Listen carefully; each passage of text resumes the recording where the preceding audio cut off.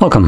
In front of me I have the brand new Google Pixel Watch. It's the LTE version, and I'll go over unboxing along with a quick just spec look of the device itself. So anyway, let's finally open it up. There has been a bunch of leaks about it before where someone apparently left it in a coffee shop, but now we actually can see it in real life.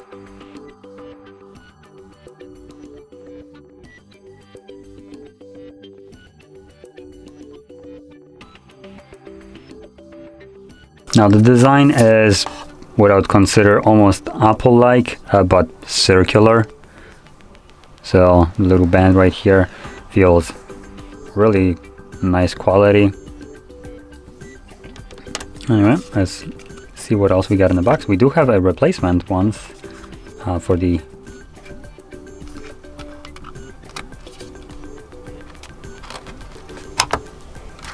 Are you kidding me? Come on.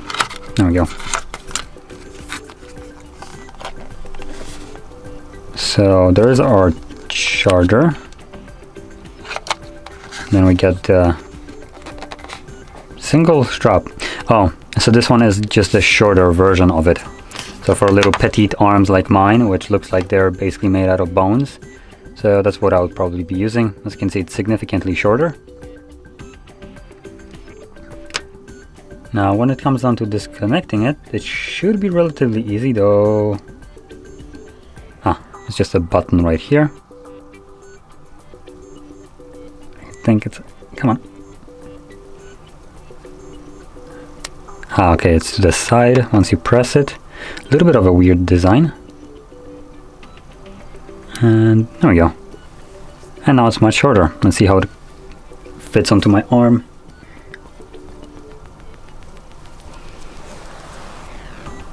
So... there we go.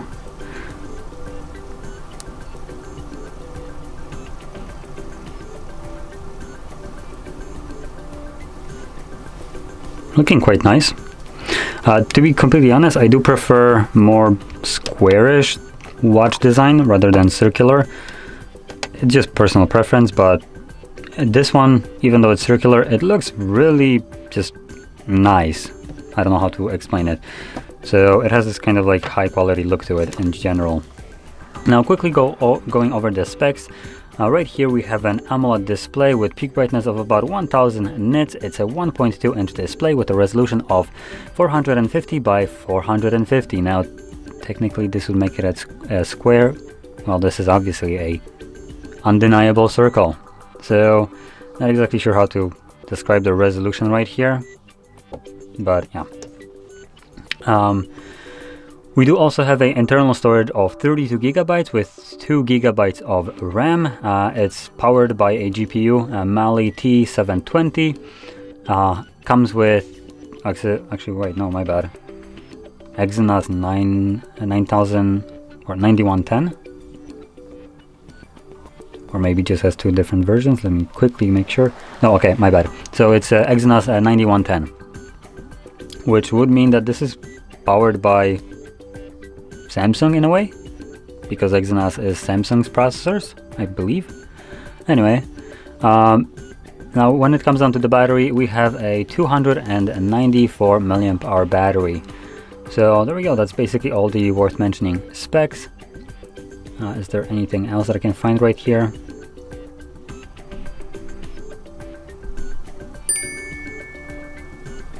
There we go. Am I supposed to like bring my phone close to it? Oh, hello. It already appeared on here. And it disappeared. Oh, there we go. It's again here. Just gonna close this off.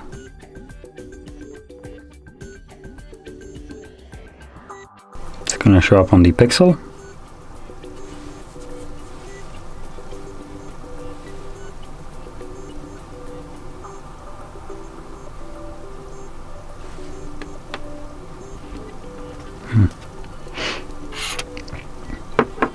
Now, I do want to connect it preferably to Pixel, just because this is a more of a work phone rather than to my personal. But hello, come on, show up with the pairing. It will be nice.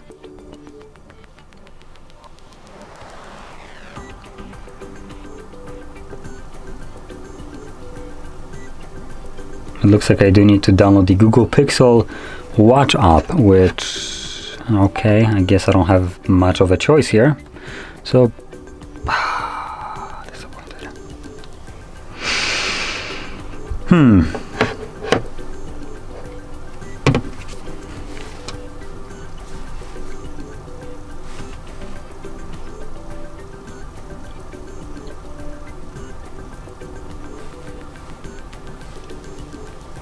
I guess I'm just gonna download it on mine. It's no big deal. It's not like I didn't want to do this.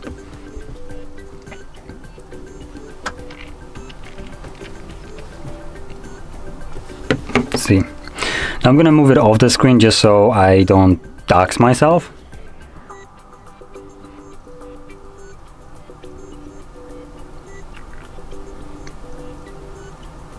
So right now it's, I guess, looking for it.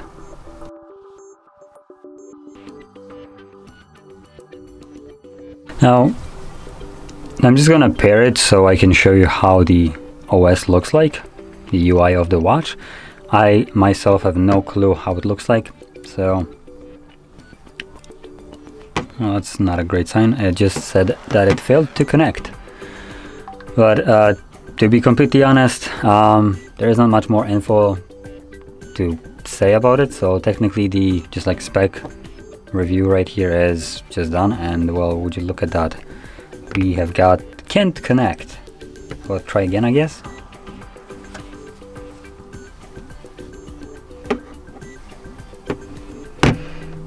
Ah, look at that. I can now pair it, I think.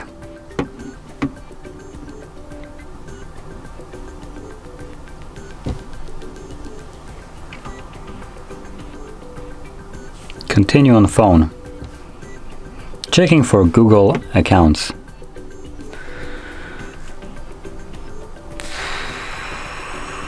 This may take a moment.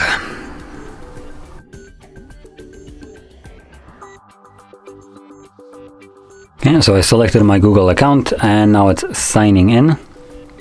Now I'll mention one thing that probably a lot of you don't know. When it comes down to smartwatches nowadays, for instance, like, well, this one, when you sign into your Google account, this does kind of lock the device to this Google account. So even if you, for instance, reset this watch later on and you want to sell it, you do need to go to your Google account specifically and unpair it from there later on.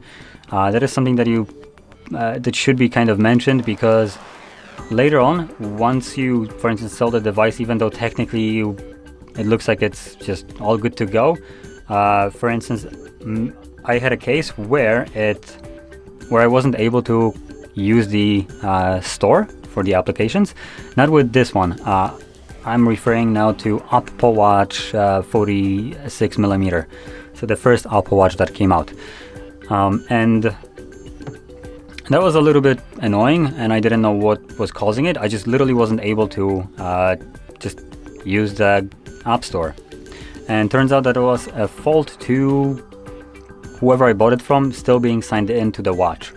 So something to keep in mind. Now it tells me to install Fitbit, which I will do it later. Skip, continue, skip. Come on.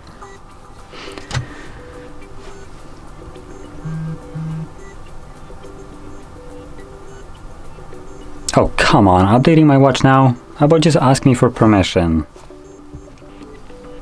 One thing that I don't like is when your devices, smart devices, give you 0 options. That's not smart. That's just stupid.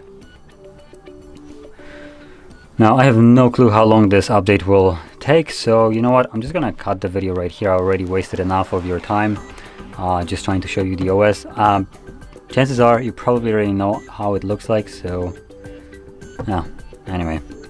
So if you found this very helpful, don't forget to hit like, subscribe, and thanks for watching.